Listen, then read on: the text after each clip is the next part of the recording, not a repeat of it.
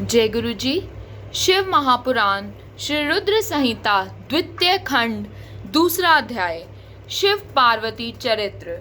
सूत जी बोले, हे ऋषियों, ब्रह्मा जी के ये वचन सुनकर नारद जी पुनः पूछने लगे, हे ब्रह्मा जी, मैं सती और शंकर जी के परम पवित्र व दिव्य चरित्र को पुनः सुनना चाहता हूँ कि सती की उत्पत्ति कैसे हुई, महादेव जी का मन विवाह करने के लिए कैसे तैयार हुआ, दक्ष से नाराज होकर देवी सती ने अपनी देह को कैसे त्याग दिया और फिर कैसे हिमाचल की पुत्री पार्वती के रूप में जन्म लिया, उनके तप, विवाह, कामनाश आदि की सभी कथाएं मुझे सविस्तार सुनाने की कृपा कीजिए। ब्रह्मा जी बोले, हे नारद, पहले भगवान शिव निर्गुण, निर्विकल्प, निर्विकारी और दिव्य थे, परंतु देवी उमा से विवाह करने के बाद वे सगुण और शक्तिमान हो गए। उनके बाएं अंग से ब्रह्मा जी उत्पन्न हुए और दाएं अंग से विष्णु उत्पन्न हुए।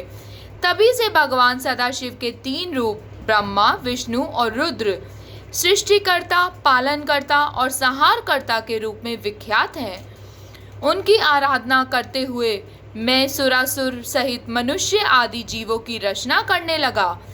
मैंने सभी जातियों का निर्माण किया। मैंने ही मारीच, अत्रि, पुलह, पुलस्त्य, अंगिरा, कतु, वशिष्ठ, नारद, दक्ष और भृगु की उत्पत्ति की और ये मेरे मानस पुत्र कहलाए।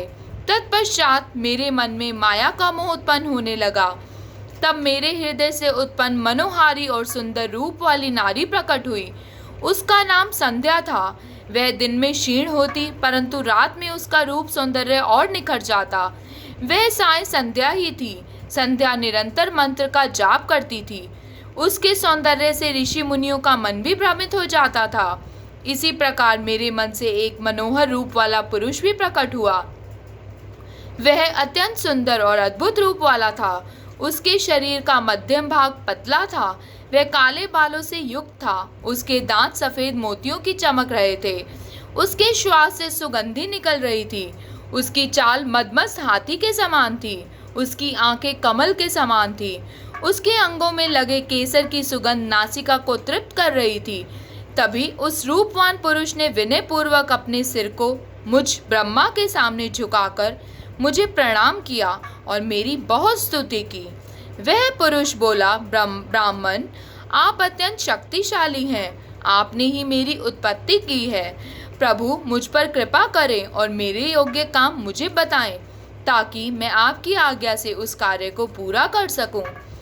ब्रह्मा जी ने कहा, हे भद्रपुरुष, तुम सनातनी सृष्टि उत्पन्न करो। तुम अपने इसी स्वरूप में फूल के 5 बाणों से स्त्रियों और पुरुषों को मोहित करो। इस चराचर जगत में कोई भी जीव तुम्हारा तिरस्कार नहीं कर पाएगा। तुम छिपकर प्राणियों के हृदय में प्रवेश करके सुख का हेतु बनकर सृष्टि का सनातन कार्य आगे बढ़ाओगे। तुम्हारे पुष्प में बाण समस्त प्राणियों को भेद कर उन्हें मदमस्त करेंगे। आज से तुम पुष्प बाण नाम से जाने जाओगे। इस प्रकार तुम सृष्टि के प्रवर्तक के रूप में जाने जाओगे। श्री रुद्र संहिता द्वितीय खंड दूसरा अध्याय समाप्त। जय गुरु जी।